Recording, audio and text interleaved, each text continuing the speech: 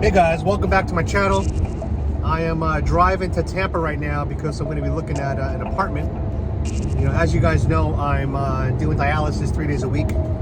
And so for the first time in 5.5 years, I'm going to have to settle down somewhere. You know, I've been living out of hotels and Airbnbs for 5 years, no mailing address. But I'm going to be transferring soon to at-home dialysis, and I'm going to have a lot of supplies. So the time to get an apartment is now.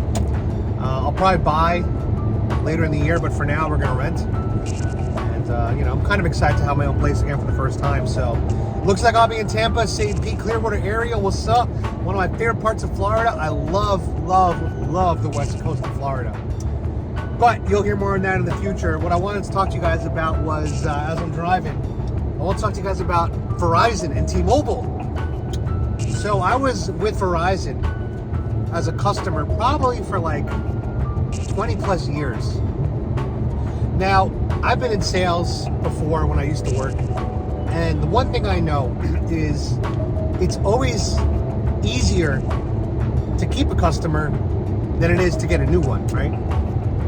Getting that first deal, that first sale is very challenging because most of your buyers are either already working with one of your competitors or they're not working with your space at all, and you have to kind of convince them about what you do and why your space is worth working with, and then you got to make them pick your product. So it's an uphill battle to climb getting that first sale, but once you have that client, it's important to keep the clients, right?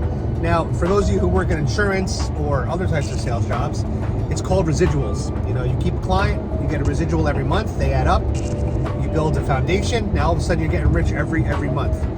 All right, so I was at Verizon for like 20 plus years since I was a teenager, and I was on this insanely expensive plan. It was like this grandfathered plan of unlimited 4G LTE, no slowdown on the speed no matter how much I used. The only caveats were I had to buy the device retail every time, and if I canceled the plan, I would never be able to get it back. So I kept the plan for 20 plus years. As a content creator, I probably go through 500 gigs a month of data from like the networks. That's a lot of freaking data, guys. If I were to have to pay for that on a plan, that would be thousands of dollars a month. Or my speed would be like tethered and slower. So to me, I got a lot of usage out of it. But last year, as I was walking through Target, and the economy was starting to crash and gas prices were starting to rise, I started thinking about how I can cut back on costs. Now, there was a AT&T stand at Target, and the guy pitched his product, and he said it's $85 a month, a limited LTE. And I said, wow, that's like 50% of what I pay Verizon. So I went online, did some more research, looked up AT&T, decided, let me look up T-Mobile too, because as a person who travels a lot on airplanes, a lot of times I've noticed that T-Mobile has partnerships with a lot of airlines that if you have a T-Mobile membership, you can get free Wi-Fi while you're in the air if you type your number in. So I looked up T-Mobile, and I saw that they had a plan called Magenta for like $75 a month. So then I'm like, wow, I could save $10 on AT&T, and I could save 50+% from my current bill on Verizon. Crazy. So I call Verizon, and I say, hey guys, just want to let you know, like I've been with you for 20 plus years, but I'm really considering going towards your competitor. Is there anything you could do to price match or any type of incentive you could offer me? And they just flat out said no. I was shocked, and I said to them on the phone, I said, so literally you have a customer of 20 plus years and you're just gonna shrug your shoulders and walk away? And they were like, our prices are what the prices are, we can't change them. And I was just like, that's a really shitty kind of policy to have. Like, again, if you have a customer for 20 plus years, and I can't really do the math right now because I'm driving, but I'll try to do the math right now. If I was paying $150 to $200 a month, okay, for just 10 years, $100 a month would be $1,200, $200 a month would be $2,400, so right in the middle is $1,800. Let's round up to $2,000. $2,000 a month for 10 years, 20 grand in 10 years, that's about what I was paying to Verizon for every 10 years. And before that 10 years, probably a little bit less, so probably about $15,000. So in the lifetime of my relationship with Verizon, I've probably given them anywhere between $35,000 to $40,000. That is Now that I'm thinking about it, that's a lot of fucking money. But think about that.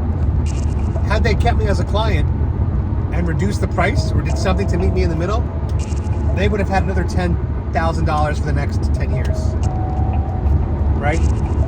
So that's just crazy to me that like these companies are just so flippant and like they don't care about like losing customers.